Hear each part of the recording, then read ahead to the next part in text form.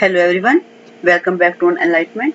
आज हम डिस्कस करने जा रहे हैं बीएड सेकेंड ईयर ईपीसी 4 की एक्शन रिसर्च प्रोजेक्ट फाइल।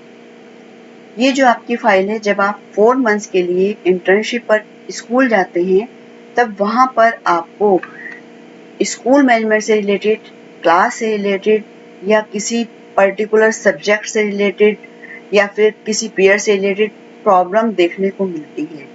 तब हमें उसका इमीडिएट एक्शन लेना होता है जिससे कि वो प्रॉब्लम हम सोल्व कर सकें। ये प्रॉब्लम किस तरह से लेनी है, कैसे इसको एग्जीक्यूट करना है, कैसे एक्शन लेना है, आज हम ये सब जानेंगे। तो मैं डॉक्टर अनीता आज आपको बताने जा रही हूँ एक्शन रिसर्च प्रोजेक्ट फाइल। और यदि आपको वीडियो पसंद आती है, लाइक शेयर सब्सक्राइब कीजिए और अपने साथियों के साथ शेयर भी कीजिए।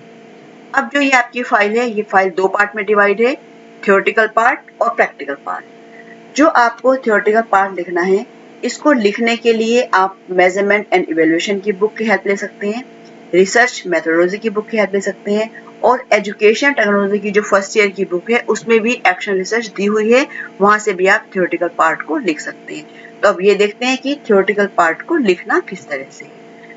सबसे पहले इसमें हम लिखेंगे इंट्रोडक्शन ऑफ रिसर्च, अनुसंधान का परिचय। इसमें हमें लिखना है मीनिंग एंड डेफिनेशन, इसका अर्थ लिखना है और परिभाषा लिखनी है। नेक्स्ट हम लिखेंगे कैरेक्टरिस्टिक ऑफ रिसर्च, अनुसंधान की विशेषताएं। तो ये जो है मीनिंग, डेफिनेशन और रिसर्च की विशेषताएं, ये आपका एक पेज पर ही आ जाएगा। उसके बाद है आपका meaning and definition of educational research, शैक्षिक अनुसंधान का अर्थ और परिभाषा। टाइप्स ऑफ एजुकेशनल रिसर्च, शैक्षिक अनुसंधान के प्रकार क्या होंगे, और उसके बाद आप लिखेंगे मूल अनुसंधान और शैक्षिक अनुसंधान में क्या अंतर है, difference between educational research and fundamental research. इसके बाद अब हमने जान लिया रिसर्च क्या है, क्या अनुसंधान है। अब हम एक्शन रिसर्च पर आएंगे, इसका भी हमें इंट्रोडक्शन देना है एक्शन रिसर्च का। इसमें भी मीनिंग, डेफिनेशन लिखनी है, कैरेक्टरिस्टिक्स लिखनी है इसकी, ऑब्जेक्टिव लिखे जाएंगे, स्कोप और इंपोर्टेंस लिखी जाएगी। इसके बाद हम देखेंगे steps to conduct action research, कि एक्शन रिसर्च को कंडक्ट करने के कौन कौन से आपके स्टेप्स होंगे। सबसे पहले इसमें आइडेंटिफिकेशन ऑफ एक्शन रिसर्च।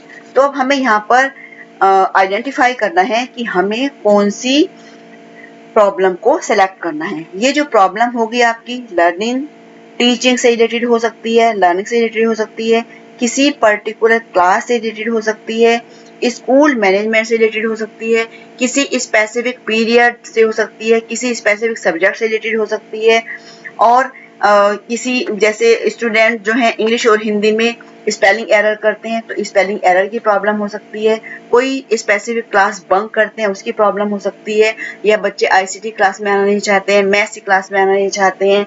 तो इस तरह बहुत सारी प्रॉब्लम्स हैं जो आप लर्निंग से रिलेटेड और टीचिंग से रिलेटेड ले सकते हैं। लेकिन आपको ये ध्यान रखना है कि प्रॉब्लम ऐसे ही लेनी है जिसका कि इमीडिएट सॉल्यूशन हम निकाल सकते हैं।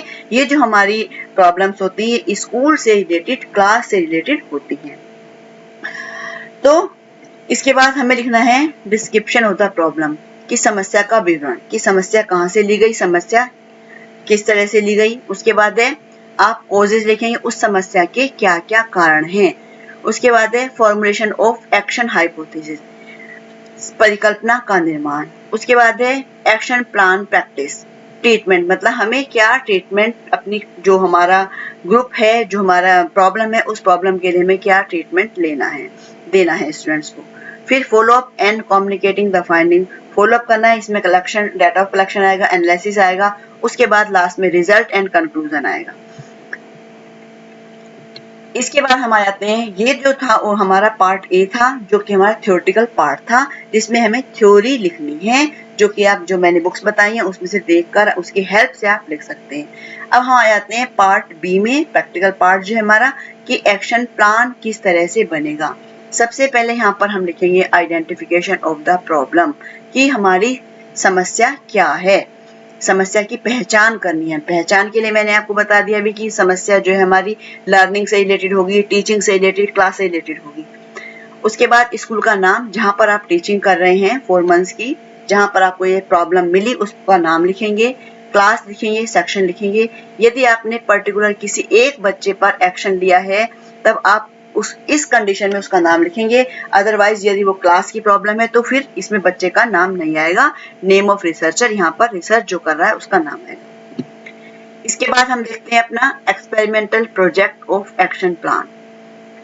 सबसे पहले जो हमने स्टेप बताए उसी स्टेप के अकॉर्डिंग हमें चलना है। यहाँ पर आइडेंटिफिकेशन ऑफ एक्शन रिसर्च, समस्या की पहचान। अब जो हमने यहाँ पर प्रॉब्लम ली है geography students are not using map and atlas in the classroom, कि क्लास में ज्योग्राफी स्टूडेंट जो हैं, भूगोल के जो छात्र हैं, वो मैप और एटलस का प्रयोग नहीं करते हैं। इन्वेस्टिगेटर आप हैं, ज्योग्राफी टीचर। अब डिस्क्रिप्शन ऑफ द प्रॉब्लम, समस्या का विवरण क्या है। During the last 2 months, it has been observed that students of 7th class are not using map and atlas in their class. The concept of geography are not clear to the students. कि जो geography class में बच्चे map और Atlas का use नहीं कर रहे हैं, जिससे कि उनको ज्योग्राफी के कंसेप्ट क्लियर नहीं हो रहे हैं। अब हम इसके बाद ऑब्जेक्टिव लिखेंगे कि हमारा इस प्रोजेक्ट को करने का क्या ऑब्जेक्टिव है। पहला हमने ऑब्जेक्टिव लिया है to develop the interest in using the map and atlas in geography class, कि ज्योग्राफी क्लास में मैप और एटलस के प्रयोग के लिए रुचि विकसित करना। दूसरा हमने लिया है to develop an understanding of use of map and atlas in geography study, कि भूगोल अध्ययन में हमें मैप और एटलस की बच्चों के अंदर समझ को विकसित करना। अब इसके बाद है importance of project for the school, कि इस प्रोजेक्ट की स्कूल के लिए क्या इम्पोर्टेंस है, क्या महत्व है। तो जो ज्योग्राफी स्टूडेंट हैं उन्हें उनके लिए ये मैप और एटलस का यूज करना बहुत आवश्यक है, जिससे कि वो मानवीय घटना की सामान्य ज्ञान को उनके अंदर वो समझ सकें, उनको ज्ञान प्रदान किया जा सके। अब इसके बाद है स्पेसिफिकेशन ऑफ द प्रॉब्लम, समस्या का विशिष्टीकरण। अब ये समस्या कहाँ से ली गई, क्लासरूम टीचिंग से ली, क्लासरूम टीचिंग की समस्या है ये। और the problem is from, school का नाम आएगा, कौन से स्कूल की समस्या है, कौन सी क्लास की समस्या है, कौन से सेक्शन की समस्या है। अब कोजेस देख लेते हैं कि इस प्रॉब्लम के क्या क्या कारण हैं। Teachers do not stress on the use map and Atlas, जो टीचर्स हैं वो मैप और एटलस के प्रयोग करने के लिए बच्चे पर कोई भी जोर नहीं देती हैं, वो इग्नोर कर देते हैं। बच्चा यूज कर रहा है या नहीं कर रहा है उससे उन्हें कोई फर्क नहीं पड़ता है, जिससे कि बच्चे एटलस और मैप को यूज नहीं करते हैं या लेकर नहीं आते हैं। Geography maps are not available in the library, जो हमारी लाइब्रेरी है या फिर ज्योग्राफी रूम है, उस रूम में मैप्स और एटलस अवेलेबल ही नहीं है, जिससे कि बच्चा उनका यूज करता ही नहीं है। उसके बाद है most of the student do not have Atlas, बहुत सारे बच्चों के पास एटलस है ही नहीं, जिससे कि वो एटलस नहीं है तो एटलस यूज नहीं करते हैं। अब यूज नहीं करते हैं तो उसके इनको बेनिफिट भी नहीं पता है कि एटलस यूज करने से उन्हें उनकी लर्निंग ज्यादा स्टेबल होगी, इफेक्टिव होगी, तो ये भी रीजन है। उसके बाद geography teacher is not using, geography जो टीचर है खुद भी मैप का यूज क्लासरूम टीचिंग में नहीं करती है, तो ये हमारे कारण हो गए। अब जो हमने ऑब्जेक्टिव डिसाइड किए थे उस ऑब्जेक्टिव को ध्यान में रखते हुए ही हम formulation of the action hypothesis, जो हमारी एक्शन हाइपोथेसिस है यानी कि जो हमारी परिकल्पना है, उस परिकल्पना का निर्माण करेंगे। अब हमने यहाँ पर एक परिकल्पना बनाई है, यहाँ पर आप 2 भी बना सकते हैं। जितनी परिकल्पना बनाएंगे उसी के अकॉर्डिंग आपको एक्शन भी लेना होगा। तो यहाँ हमने एक हाइपोथेसिस बनाई है। हाइपोथेसिस है हमारी the interest in using map and Atlas may be developed by using the proper teaching aids in teaching geography in the classroom, कि क्लास में ज्योग्राफी पढ़ाने में उचित शिक्षण सामग्री का प्रयोग करके यानी कि मैप और मानचित्र एटलस का उपयोग करने की रुचि विकसित की जा सकती है। ये हमने हाइपोथेसिस बनाई है। अब इस हाइपोथेसिस को टेस्ट करने के लिए हम एक्शन प्लान बनाते हैं, जो हमने एक्शन प्लान यहाँ बनाया है। तो जो ये एक्शन प्लान है, यहाँ पर जो टीचर एक्टिविटीज कर रहा है वो हमने यहाँ नोट डाउन किए हैं। जो टेक्निक और सोर्सेज यानी कि जो प्रोसेस है वो यहाँ पर है और टाइम ड्यूरेशन यहाँ लिखा हुआ है। तो जो टीचर है, teacher will provide awareness about the available Atlas in the class, कि जो क्लास में एटलस अवेलेबल हैं वो जो टीचर है उनको बच्चों को अवेयर कराती है, उनके लिए उनको प्रोवाइड कराती है। और ये कैसे करेगी टीचर, कि ये जो उनका रिकॉर्ड्स है, रिकॉर्ड को चेक करेगी ज्योग्राफी रूम से या जो लाइब्रेरी में भी रखे हैं वहां पर। Teacher will contact the incharge of geography room और लाइब्रेरी। अब टीचर जो है कॉन्टेक्ट करेगी ज्योग्राफी रूम या जहां लाइब्रेरी में एटलस या मैप्स अवेलेबल है वहां पर। इसके लिए 2 days का टाइम दिया गया। 2 डेज का टाइम उन्होंने लिया। उसके बाद teacher will arrange the required Atlas in teaching geography. अब यहाँ पर टीचर ये देखे कितनी उसको एटलस या मैप्स की रिक्वायरमेंट है ज्योग्राफी टीचिंग के दौरान। तो यहाँ पर जितनी रिक्वायरमेंट है वो रिक्वायरमेंट प्रिंसिपल को बताती हैं और प्रिंसिपल से रिक्वेस्ट करती हैं कि इनको अरेंज कराया जाए पास से किसी एक्सटेंशन सर्विस को यूज करके। इसके लिए 4 डेज का टाइम लिया गया। Teacher will select related Atlas for the content of geography. अब टीचर ने उस कंटेंट को सिलेक्ट किया जिससे कि उसे एटलस या मैप के थ्रू पढ़ाना है, क्लास में प्रैक्टिस करानी है, जिससे पता चल सके कि उनकी जो लर्निंग है वो इफेक्टिव होगी। तो यहाँ पर उसने कंटेंट लिया ऐसा और उसको पढ़ाना शुरू कर दिया मैप और एटलस के थ्रू।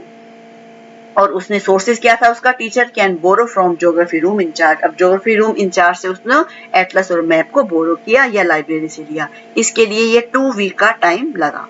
उसके बाद teacher will use proper map, chart, model, map, Atlas in his classroom. अब टीचर ने अपनी क्लास में मैप, चार्ट, मॉडल और एटलस का यूज किया जिससे कि जो भी उसका लेसन था उस लेसन को उसने with the help of teaching add, जो भी टीचिंग क्या है, मैप, एटलस, चार्ट, इसके थ्रू उसने अपने लेसन को डेवलप किया। और teacher will arrange map, Atlas hymns अपने आप उसने इसको अरेंज किया सभी के लिए। इसके लिए 3 वीक हमने ट्रीटमेंट लिया। उसके बाद है the teacher will ask the students to enter the required places after his presentation. अब उसने प्रेजेंटेशन दे दी, उसके बाद उसने स्टूडेंट से कहा कि आप ये प्रॉपर प्लेसेस को इसमें फिल कीजिए जो भी मैप है या एटलस के थ्रू। अब बच्चे इस काम को करते हैं और स्टूडेंट्स आर आस्क्ड, और बच्चों को कहा जाता है कि ज्योग्राफी के पीरियड में उन्हें मैप, एटलस, जो भी टीचिंग मटेरियल है वो लेकर के आना है। 3 वीक तक ये प्रैक्टिस चलती है। तो अब टीचर ने जो है यहाँ पर एक्शन लिया, 2 डेज यहाँ पर लिया, 4 डेज यहाँ पर लिया, 2 वीक्स यहाँ पर, 3 वीक्स आगे यहाँ पर, 3 वीक्स यहाँ पर। तो इस तरह से इनका जो पूरा एक्शन 2-3 महीने तक ये चला। उसके बाद देखा गया कि लर्निंग इफेक्टिव होती है या नहीं होती है। इसके लिए वो जो टीचर है स्टूडेंट्स के रिएक्शन भी चेक करेगी, उनका ऑब्जर्वेशन भी करेगी, या आफ्टर एक्शन प्लान वो कोई टेस्ट भी ले सकती है। या ऐसा भी हो सकता है कि उसने पहले टेस्ट लिया हो, प्रीवियस टेस्ट भी हो और आफ्टर टेस्ट भी ले, जिससे कि कंपैरिजन किया जा सके कि कितनी टीचिंग लर्निंग हमारी इफेक्टिव हुई है। अब इसके बाद data collection, feedback of the students, classroom observation, class test performance. यहाँ पर देखा जाएगा कि क्लास टेस्ट परफॉर्मेंस कितनी थी आफ्टर एक्शन प्लान। ऑब्जर्वेशन किया जाएगा, स्टूडेंट्स के रिएक्शन देखे जाएंगे। यदि उन्हें कोई असाइनमेंट रिपोर्ट दी है तो उस असाइनमेंट रिपोर्ट को भी देखा जाएगा कि उन्होंने अपनी असाइनमेंट रिपोर्ट कितनी इफेक्टिव बनाई है। ऐसा भी कर सकते हैं कि हमने एक असाइनमेंट ट्रीटमेंट देने से पहले दिया और एक असाइनमेंट बाद में दिया, जिससे कि उन दोनों का कंपैरिजन किया जा सके। जब हम क्लास टेस्ट देते हैं तो ट्रीटमेंट देने से पहले क्लास टेस्ट लिया, ट्रीटमेंट देने के बाद क्लास टेस्ट लिया, तो ये देखेंगे क्या डिफरेंस क्या आया। इसके बाद आपका आएगा एनालिसिस ऑफ डाटा। अब यहाँ पर जो डिजाइन डाटा है वो ऑब्जर्वेशन और स्टूडेंट्स रिएक्शन से कलेक्ट किया गया। Provided atlas and maps to the students and the teacher made class practice through atlas and map. जो टीचर है उसने प्रैक्टिस कराई एटलस के थ्रू, मैप्स के थ्रू, और it was observe that student showed interest in reading geography. अब जो है स्टूडेंट्स को ज्योग्राफी पढ़ने में इंटरेस्ट आने लगा है, उनकी टीचिंग लर्निंग इफेक्टिव होने लगी है। तो ये था आपका एनालिसिस ऑफ डाटा। आप कंक्लूजन और रिजल्ट भी लिख दीजिएगा। यहाँ पर रिजल्ट नहीं लिखा मैंने, यहाँ पर रिजल्ट एंड कंक्लूजन। तो यहाँ पर हम अपनी पहले हाइपोथेसिस लिखेंगे जो हमने हाइपोथेसिस बनाई थी। यदि वो सिलेक्ट हो जाती है तो यहाँ पर लिखेंगे क्लासरूम, पूरी हाइपोथेसिस के बाद is positively selected. It shows that using atlas and map made learning more effective। ये शो करता है कि मैप और एटलस को यूज करना टीचिंग लर्निंग को बहुत ज्यादा से ज्यादा इफेक्टिव बनाता है। तो अब ये जो डाटा है क्लियरली इंडिकेट करता है कि आफ्टर एक्शन के एक्शन लेने के बाद जो है स्टूडेंट्स की परफॉर्मेंस में बढ़ोतरी हुई है और इम्प्रूव हुई है उनकी टीचिंग लर्निंग। इस तरह से ये आपकी रिपोर्ट पूरी इस तरह से लिखी जाएगी। तो इस तरह से आज हमने ये जाना कि जो एक्शन प्लान की प्रोजेक्ट फाइल है वो किस तरह से बनेगी। इसके साथ ही इस सेशन को ही खत्म करते हैं। जल्दी मिलेंगे नेक्स्ट वीडियो में। आपको वीडियो पसंद आती है लाइक शेयर सब्सक्राइब कीजिए। Thank you so much.